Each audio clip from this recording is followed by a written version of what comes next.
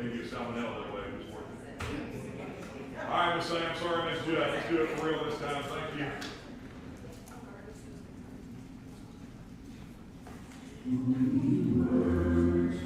Long preserved for our walk in this world, they resound with God's heart. Oh, let the ancient words impart, words of life, words of hope, give us strength, help us go. In this world where we roam, ancient words will guide us home. Ancient words ever true, changing me and changing you. We have come with open hearts, oh, let the ancient words impart. Holy words of our faith, handed down to this age. They came to us through sacrifice. Oh, heed the faithful words of Christ. Holy words, long preserved for our walk in this world. They resound with God's own heart. Oh, let the ancient words impart. Ancient words ever true, changing me and changing you. We have come with open hearts. Oh, let the ancient words impart.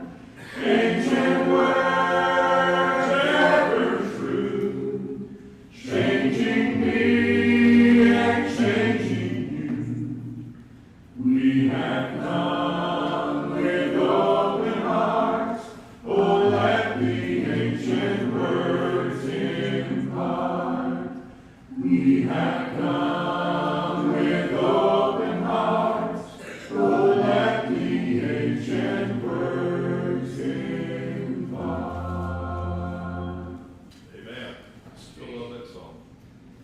Mark's Gospel, chapter 12. Mark's Gospel, chapter 12. Let's jump in with both feet tonight.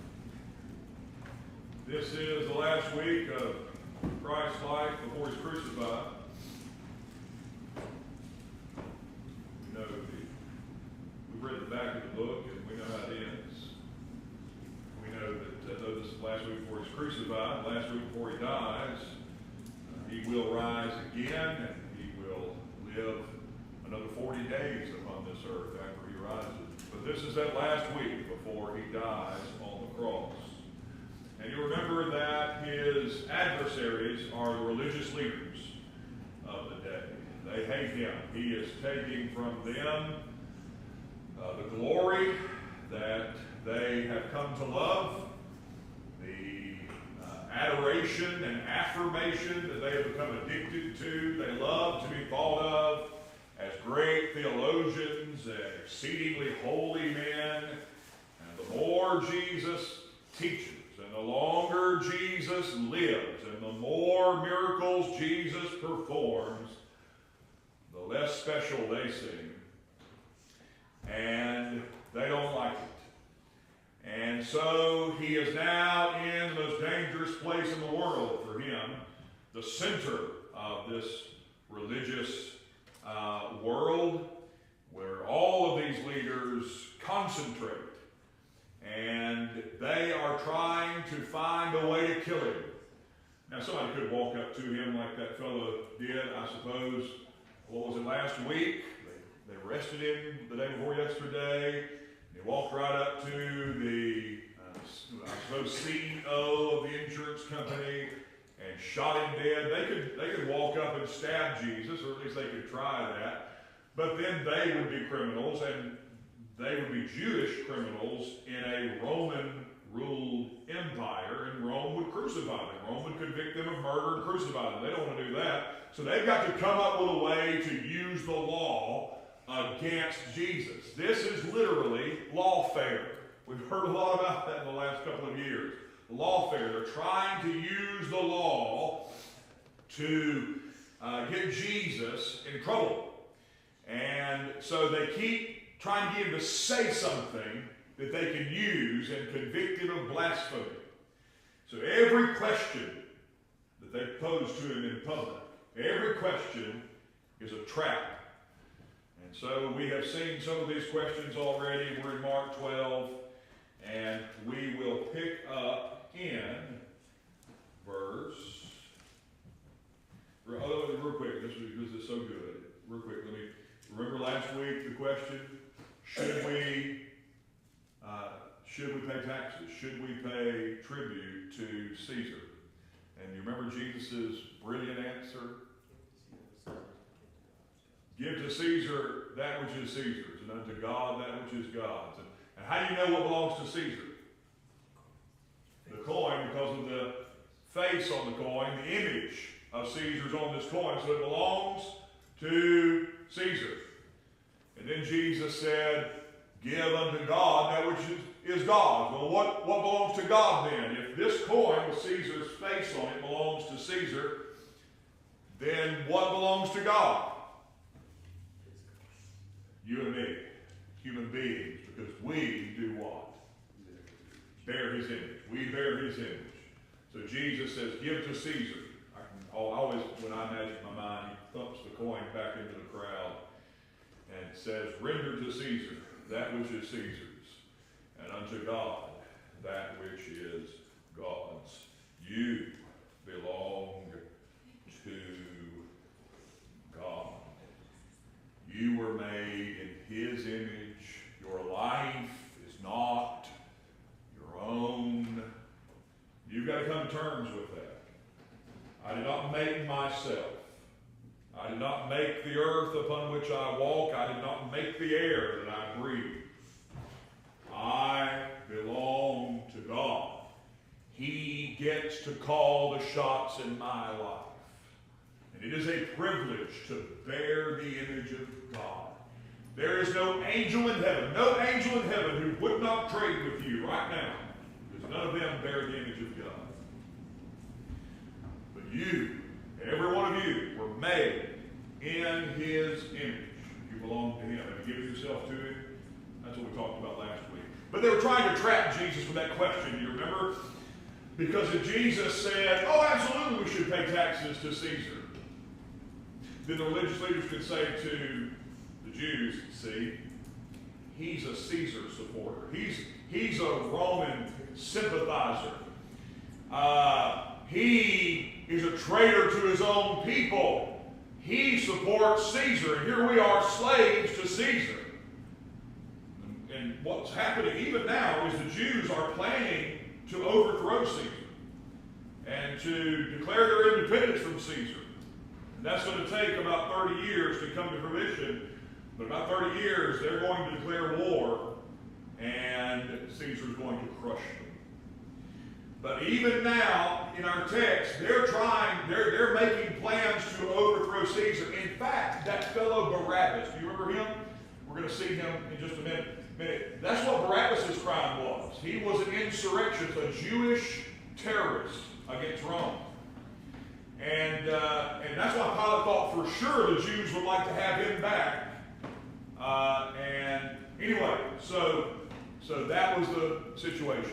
And if Jesus said, yeah, pay your taxes to Caesar, that might get Jesus killed by the mob of the Jews might kill him. And if Jesus said, absolutely not, you do not pay taxes to this pagan emperor, this godless demon of a man who calls himself God. No, you don't pay taxes to him. Then Rome would have arrested him immediately and crucified him before sunset. And so Jesus gave this brilliant answer. Give to Caesar what belongs to him, and give to God what belongs to him. That was a question. It was a trap. Let's keep going. We've got another question, another trap here.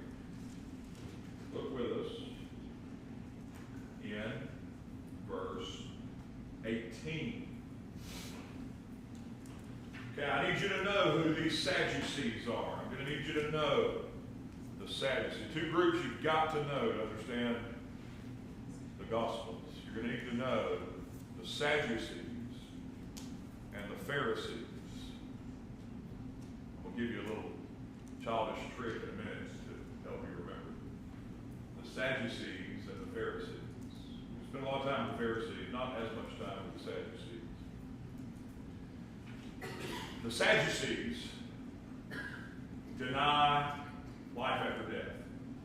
They just believe when you die, that's it.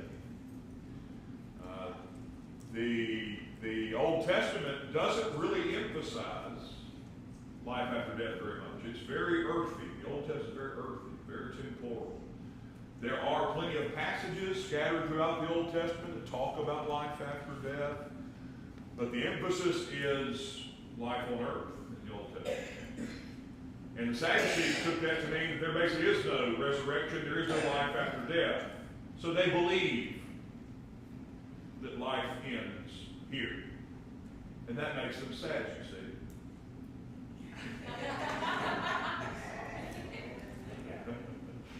Do you get it? Yeah, because they don't believe in life after death. Right?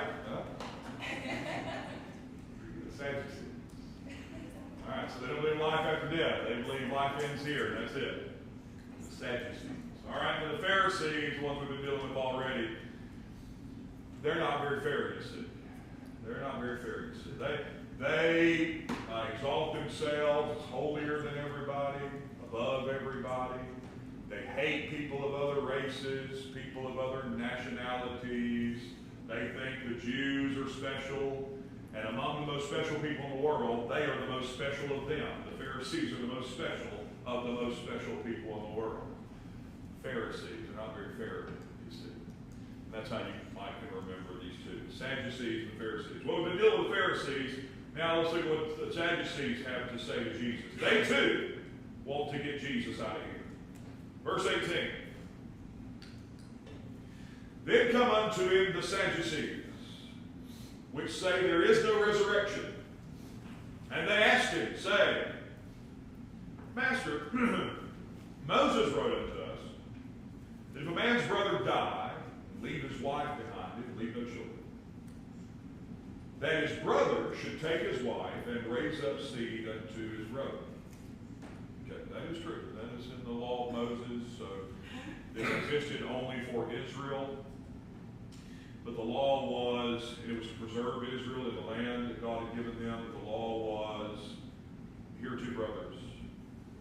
One brother is married, and his wife, he dies before he and his wife can have children. This other brother is to take her as his wife and raise children in his brother's name. That keeps her from being abandoned, and it raises up seed for his brother, raises up progeny for his brother. That is in the law. So they're going to take that obscure passage, it's like one verse in the Old Testament. They're going to take an obscure passage, and they're going to do something with it. Watch what they do. Now, there were 7 brethren. The first took a wife, and dying, left no seed, left no children. And the second took her, and he died, and he didn't leave any seed. And the third likewise. Verse 22. And the 7 had her, and left no seed. Last of all, the woman died also. All right, let's pause right there. How absurd is this scenario, right? Old boy dies, didn't have any children. His brother marries him. And he dies, they don't have children. His brother marries him. He dies.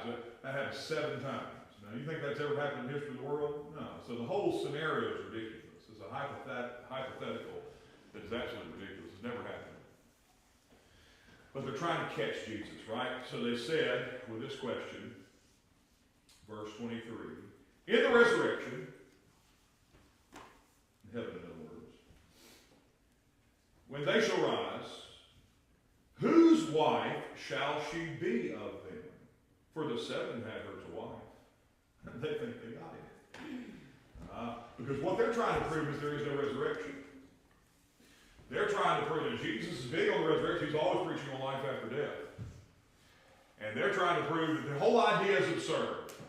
You can't justify any kind of relationships in heaven because what if you had 7 brothers and this happened? You couldn't justify heaven. It wouldn't work. Life after death wouldn't work. This is all there is. Life after death is absurd. Whose wife would she be? There's seven old boys up there in heaven waiting for her to get up there. Which one of them says, that's my wife? That's the question. Jesus gives the answer beginning in verse 24. And Jesus answering said unto them, do you not therefore err, because you know not the Scriptures, neither the power of God? Well, that was insulting. The reason you make this error is because you don't know the Bible, and you don't know the power of God. But Jesus doesn't care. He doesn't care so much about rattling cages and overturning apple carts and rocking boats. Jesus is not bothered by any of that. He's like the prophets before him. He just tells it like it is. It hurts your feelings. You know, too bad. Rubs the cat the wrong way. Turn the cat around. He doesn't care. Verse 25. He goes on to say, for when they shall rise from the dead, they neither marry nor are given in marriage, but are as the angels which are in heaven. So, the answer is pretty simple, actually. The answer is that earthly institutions do not carry over to heaven. And marriage is one of those earthly institutions that do not carry over into heaven. We are not married in heaven. That may be a bit of a gut punch to some of you. You might say, yeah, but I want to be married in heaven. Well, let me see if I can help you with it. What happens to all relationships, even in this life, is that they deepen and change. They deepen and change. The relationship between a father, for example, and his infant son is different than the relationship between that father and his adult son. The relationship matures. See?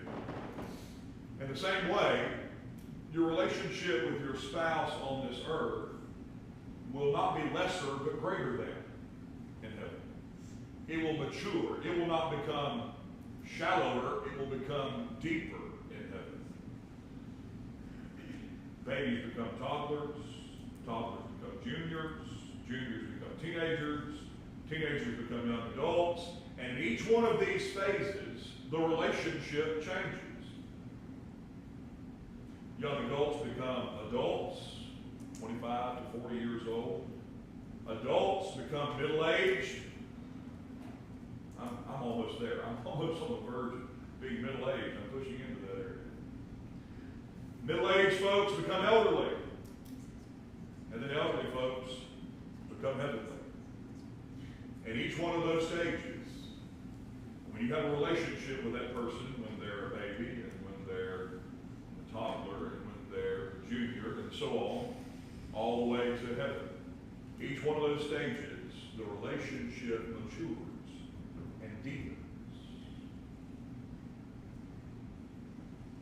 The Sadducees wanted to pretend that in heaven, everybody will be eternally 25 years old, still longing for sex and still wanting to make babies. But that's not even true on earth. When a couple is, say, 65 years old, or even 55 years old, the relationship is already different here. Why do we not think it will be different over there? And here's the thing. You would not trade it. You would not trade the relationship you have now for the relationship you used to have. And if you would, something's wrong with it. My papa and my mom had the biggest hand in raising me. And they were a funny couple. They had been through some things before I was born that I won't burden you with. But it got to where they couldn't live together. And so my mom moved out. I remember when she moved out. I was very young. but I remember she moved out from Papa's house. I remember at first, Papa slept in a room on one side of the house. It was a long single-wide trailer. He slept in the room on this side, and she slept in the room on the other side.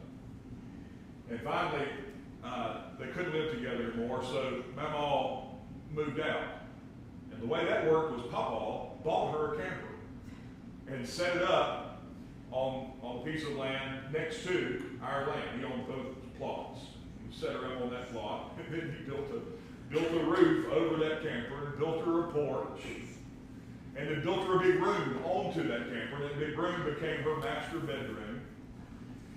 And that's where she lived. That was Mama's house on Papa's land.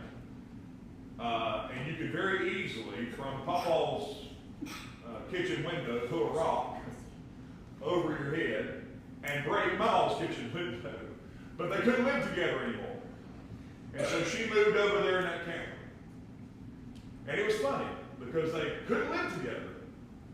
But every day, when I got up to go to school, Papa, you know the story, Papa would come and knock on the window and wake me up. And I'd go to Papa's house and I'd eat bacon and grits and eggs and black coffee, and then I'd get on the bus and go to school. Whenever I'm headed to the bus, Mama's headed over. And Mama would go out there and sit on that front porch at Papa's house with Papa. And when I got home after a long day at school, Mama and Papa are still sitting on that front porch together. And that's what they did. Every day. They spent the whole day together every day. They couldn't live together, I see. And they had, in their younger years, in their 40s, they had some terrible things happen between them that I'm not going to tell you about. But they survived it, and they loved each other. Now, Papa was I don't know how to tell you, he was a man's man. I mean, Papa was a grizzled, tough, he's the kind of guy who I just thought he could just tear John Wayne in half. He was just a man, and he never cried. And I'll never forget the first time, and there's only 2 times I ever saw him cry. I'll never forget, the second time I saw him cry. I told you the story the first time I saw him cry. My cousin Michelle, when she died of cancer. The second time I saw that man cry, and the only other time, Mama had a heart attack. And the ambulance came down. We lived at the end of the road. And the ambulance came to the end of the road, headed back down our street to pick Mama up. And Papa is standing there at the end of the road, leaning on the ambulance as they loaded Mama into the back of the ambulance. And Mama had to run and get a chair off the porch and run up under him because Papa was about to collapse with grief. And he collapsed into that chair, and the ambulance rode off. And I'm standing behind Papa about 50 yards, and I'm watching. I don't see him crying, but I know he's crying because his shoulders are bouncing. And he's sitting huddled over in that lawn chair, weeping as my mama is carried off. And those two loved each other. And the kind of love they had in their latter years was greater than the love they had when they first got married. And that's the way marriage is when it comes to heaven. It's not, your marriage is going to mature, your relationship rather is going to mature and deepen. The love over there will be greater. It's not like you'll stop seeing each other, stop hanging out, or stop loving each other. But just like you take an elderly couple now, like Papa and Mama, where the things that marriage used to be all about, marriage used to be about sex and making babies and families and all that. For Papa and Mama, those days were gone. But the love was actually greater, not lesser. And that's the way heaven will be with a couple. What happens with a young couple is it goes from physical. The relationship is mostly physical. And that's okay. It's okay as long as you're married. And it's okay to long for the physical before you get married. That's, I hope you girls do want to be with guys. I hope you guys do want to be with girls. Last thing I want to do is discourage that nowadays.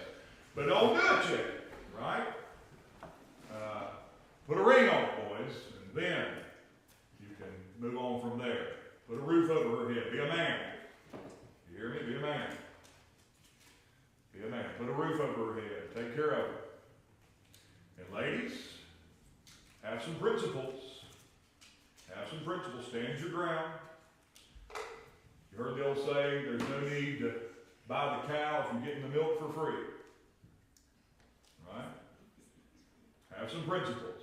Make up your mind. We're going to be Christians. It's not easy. I understand it's not easy. Let me say this to you real quick. Young people, I want you to listen to me. This is for all you teenagers sitting here. Listen to me. You need to be careful. I just tell my kids, and I love my kids. I kill and die for my kids in a heartbeat. But I tell my kids don't ever ask, well, Dad, don't you trust me? No, of course not. Are you crazy? Of course I don't trust you.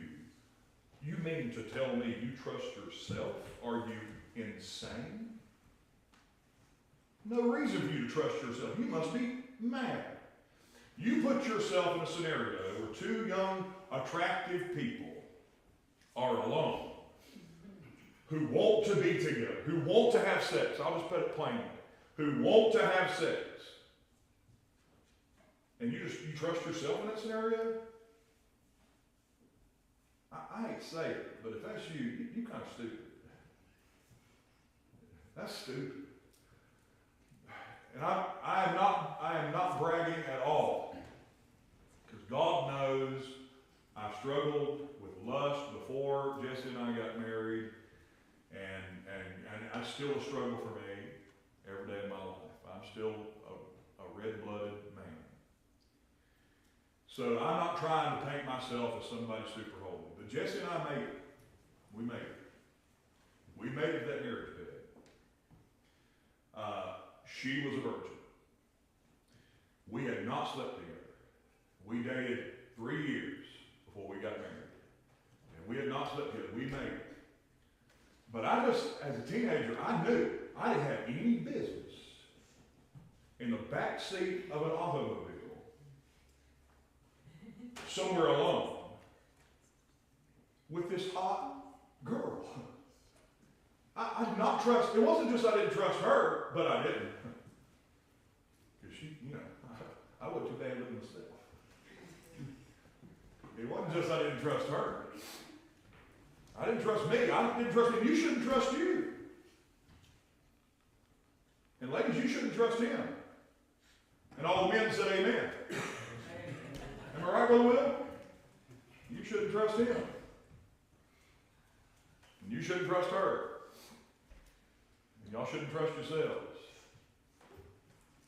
The thing to do is to be careful. Don't put yourself in situations. Be in public all the time. Now, the apostle has a solution for you. If you are just burning and aching and dying to have sex, there's nothing in the world wrong with that. That is good. God made you that way. You just can't bear not to have your hands on her. I understand. God made you that way. Thank God for that. But the answer is to marry. The Apostle Paul said, he's talking to a bunch of Christians who are under severe persecution. They're being killed for their faith, and he gives them some advice. He says, don't get married right now. He says, this is a bad time to get a wife and try to raise a family and what y'all are going through. He says, don't get married. He said, but if you cannot resist, Paul said, it is better to marry than to burn. That's a quote from the Bible. You can write that down. I don't have the reference, but if you write down and Google it, you'll find it easy. Better to marry than to burn. Okay? You can look that up.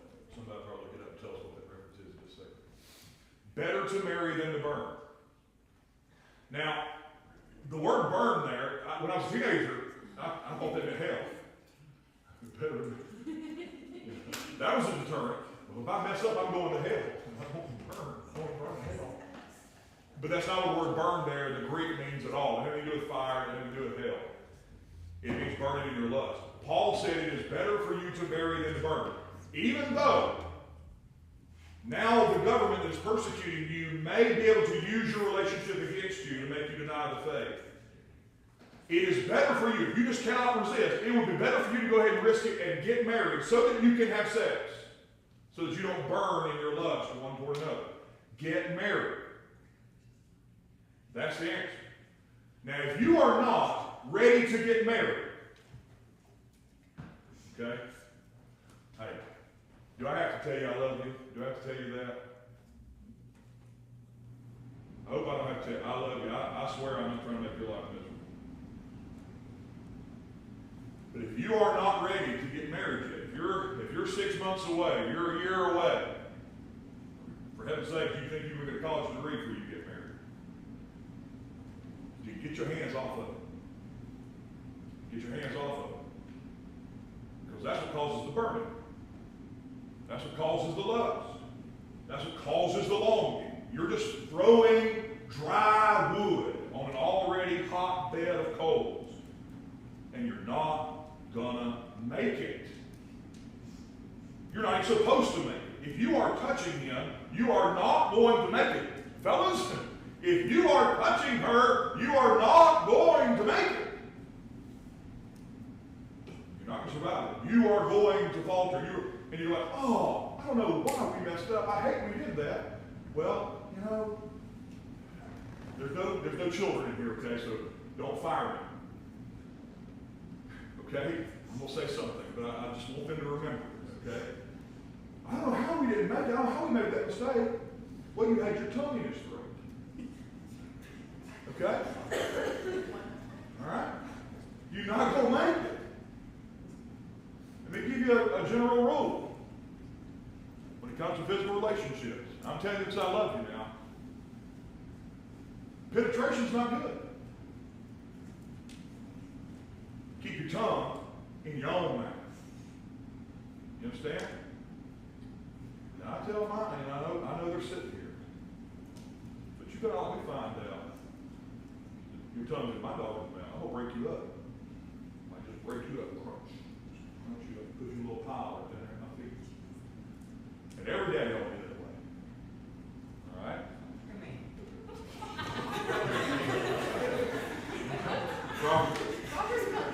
Robert, that little moisture on his brow. I had told him that. Have I not told you that? Multiple times. Multiple times. This is not the first time he's heard it. Once a week, twice a week. Twice a week, maybe? I can't walk in 24 hours a day, though. They have to be Christians without me doing it. Hope sends me a message about every other day. It says, hey, can we go get lunch? And I say, you stay in the company. And don't mess up. Keep your hands off each other. When I'm just going to keep, you're already embarrassed, I may as well finish it. When they first started dating, I was on the bus, waiting for the kids to come out of the high school, load on the buses to go home. I was on the bus. He didn't mean anything by it. Robert didn't mean anything by it. But he's walking up to the bus, and he hugged her goodbye. Right? And this is at what, 8th grade? 9th grade? And this is a frontal hug. They just wrapped each other up. You ain't gonna make it. You ain't gonna make it. All right? Crushing all that girl up against you. You ain't gonna make it. You wasn't made to make it. Once you start crushing that girl up against you, something's supposed to happen after that. That's why you feel that way. Okay? Don't do it. Don't do it. And I told Robert after that, and I told Hope, I said, you better tell him where it's over, because I will smash this relationship. Believe me, I can. Oh, brother, you think I can't. I can. And I said, from now on, it's a side hug. All right? Show you how it's side hug. Come here, sir. All right? This is the side hug. All right? Ain't none of this happening right here. Ain't none of this happening. Understand? All right, that's the side hug. And when you're young, that's what it's all about. And that's what it's supposed to be all about. And that's why you got to keep your hands off each other until you're close. Until you're close. I'll just tell you, Jesse and I didn't kiss. We didn't even kiss until she said yes. When I drove to Virginia, to propose to her. I surprised her. She thought I was in Mississippi, 14, 16 hours away, however far it was. She thought I was in Mississippi, and her parents took her to a nice restaurant in Fredericksburg, Virginia. They thought they were going to meet up with another church family. And I walked in behind her, and I said, "Is this seat taken?" And she looked up and she was surprised. It's a nice, fancy white tablecloth place. I had driven 14 hours to propose her. I drove through a snowstorm and almost died. And I said, "Is this seat taken?" And she's sitting there just looking up surprised, and her parents quietly rise, don't even say anything, they just leave. And I sit down beside her, and we order, and we eat, and she knows what's coming. And so, after we eat, I kneel down there in the restaurant, and open the box with the ring in it, and extend it to her, and do the traditional, "I have loved you for years, and so on. Will you marry me?" She said yes. The whole restaurant applauded, and 6 months later, we were married. We didn't kiss until after I gave her that engagement ring. Because I don't trust myself, and you shouldn't trust yourself either. Brother Rick, your expectations as to how young people are going to, well, yeah, as long as you keep saying young people are going to, that's what's going to happen. And as long as you keep sticking your tongue in each other's mouth, y'all don't stand a chance. Don't do it. Keep your hands to yourself. Keep your tongue in your own mouth. Keep your body separate. And then when you're ready to get married, and fellas, when you're ready to take care of her and provide for her and put a roof over her head, when you can do that, when you make enough money, put a roof over her head and take care of her, then y'all can have fun the rest of your life, okay? But not until then. Amen. At first, the relationship is physical. Then it matures. It's still physical, but it matures into something familial. That's the word for family. It becomes about family. It becomes about making children and raising children. And then the relationship becomes more about taking care of those babies growing up in your house than it is about having sex. Okay? It matures. And once you have those kids in your house and all the joy they bring when they open their presents around the Christmas tree and all the memories you're making, you would not go back and trade what you have now for what you had when you were 19 years old. You would not trade it. And it keeps growing. And those kids graduate, and it moves from physical to familial to financial. When you get in your 30s and 40s, you begin to start being more concerned about how you're going to make money. Because you've got to build a nest for you to live in when you get too old to build nests anymore. And it becomes financial. And your concerns in your mid-30s become more financial than even familial and physical. And it matures. But there's something special about it, because here are these two people who are working together to make it in a very difficult world. And they're sharing the burden, and the relationship is deepening, and it moves from physical to familial to financial to those final years. And those are, in many ways, the best of them all. Never before have you needed each other as much as you do now. And you've been through so much together. Sex may still be a thing, or it may not be a thing. But whatever it is not the main thing. But what you have now, the love you have in those final years, is greater than the love you had in those first years, those physical years. And then it moves one more time to the forever. And when it moves to the forever, that's heaven. And then it's even greater. And it keeps growing forever and forever and forever. And so Jesus tells the Sadducees here, you don't know the Scriptures. And you don't know the power of God. When this hypothetical woman goes to heaven, and those 7 men, 7 brothers who were her husbands on earth, when they see her, they will not be wanting to have sex with her any more than an 85-year-old man wants to have sex with his 85-year-old wife. They will not want. They will have something better over there, deeper, marriage will not be necessary. Marriage exists primarily for two purposes. You want to write these down? Marriage exists for two purposes. And neither one of these purposes will work in heaven. That's why marriage doesn't go to heaven with us. Marriage exists, number one, for the purpose of propagating the human race. If you don't write all down, write babies. Okay? Children. Family. That's one.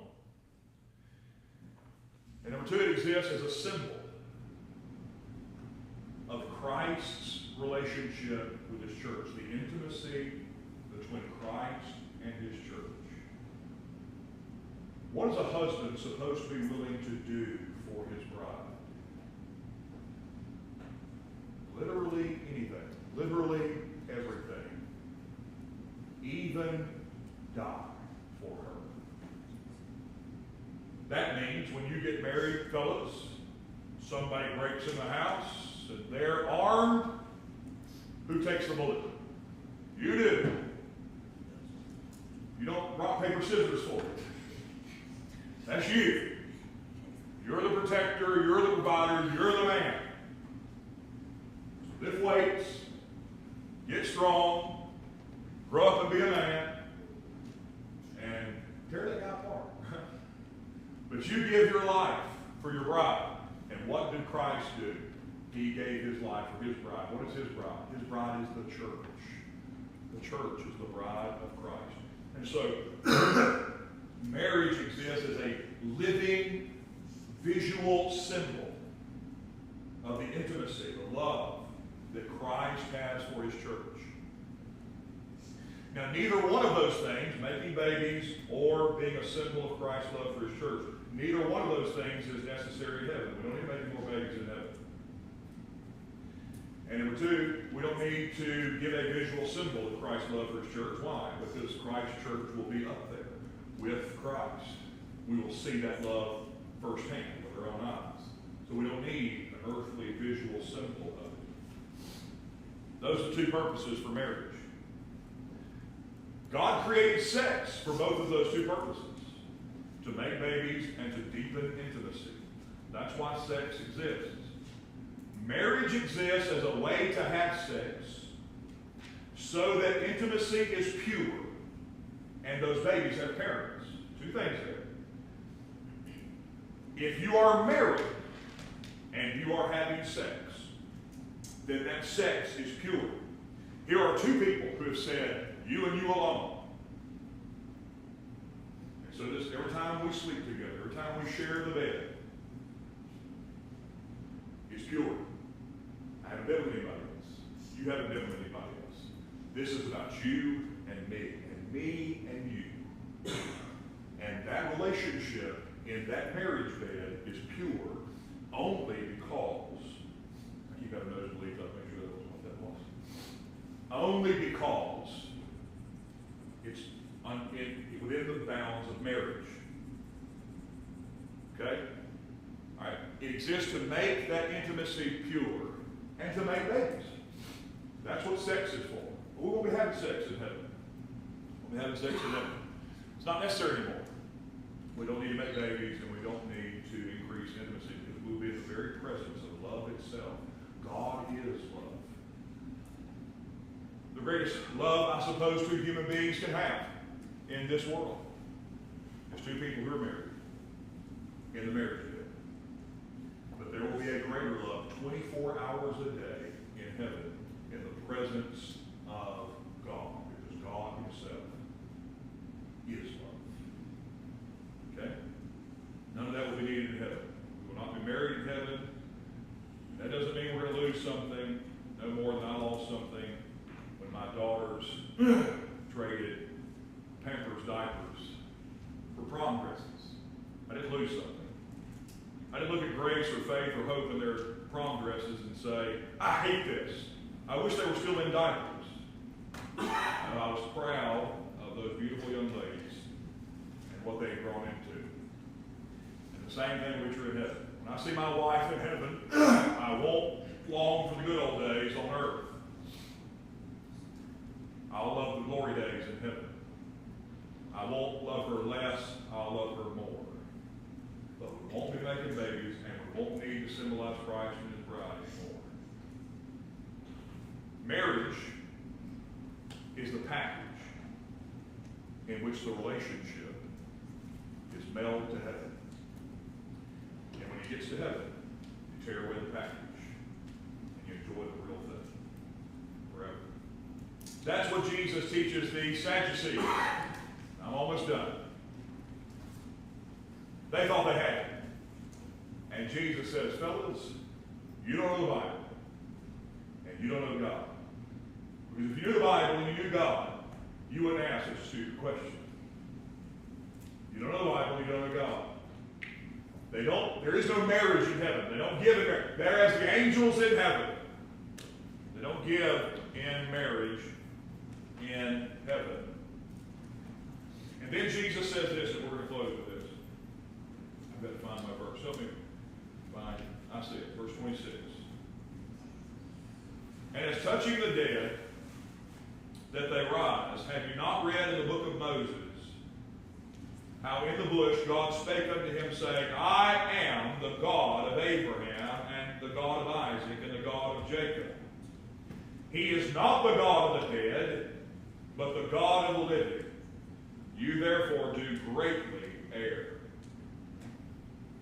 He said, fellas, I could give you all the proof texts about life beyond the grave, but you missed the most obvious text in the Bible. The Old Testament is full of these references about God saying, I am the God of Abraham, Isaac, and Jacob. Y'all have read that all your life. And Jesus says, let me ask you something. Is he the God of the dead? Or is he the God of the living? And the point is this. Abraham, Isaac, and Jacob are alive in heaven. God is not the God of the dead. God said, I am the God of Abraham, Isaac, and Jacob. And that should be enough for you boys to know that there is life beyond the grave. Abraham, Isaac, and Jacob are with God. Even now, he is the God of those things. They live now. That's good news. 1,000 years from now, I'll still be alive. 1,000,000 years beyond that, I'll still be alive. Because there is a resurrection. There is life beyond the grave. You know why there's life beyond the grave? Because Jesus conquered death for us. He died for his bride, but he didn't stay dead. He rose again to take her to heaven, to dwell with him forever. And I am in the bride, the church, and I will live forever. Will you? I love you. I mean that. I love you. I know that some of this has been uncomfortable. I know it's been uncomfortable. I don't apologize for it. Because I know my heart. I know where I'm coming from. Make wise decisions. Don't trust yourself. The book of Jeremiah says, the heart of man, you might write this down and look it up. The heart of man is desperately wicked, deceitful above all things. Who can know it? The most deceitful thing in all the world is not the devil. It is your own heart. Do not trust it. Trust this book. And obey this book. And God will bless you. And God will save your marriage. And God will help you have a great family. And God will protect you and provide for you. And you will live a life worth living and die a death worth dying and live forever beyond that. Don't follow. I just follow my heart. Brother, I know what I feel in my heart. I love her. And in my heart, we're already married. Well, you ain't. You ain't married. Show me the paperwork. I want to see the paperwork. Stop all that emotional malarkey. I feel we're married. I feel we are. Well, I feel that I'm super married. But I ain't. Shoot me, I'm not bulletproof. I'm surprised. No matter what you feel. I feel feel this poisonous snake won't bite me. Oops. No matter what you feel, show me the paperwork. Show me the roof. Don't trust your heart. Obey the Bible. God will bless you. It'll be tough. Who said life was easy? When you came to Jesus, I never told you it's going to be easy. It's not easy. But it sure is good. Sure is good. Let's pray. Father, we praise you, O Lord, for your word. Help us, God, to live by it. In Jesus' name, amen. God bless you. Love you. Young folks, you're dismissed. Chicken sandwiches. Cookie dough.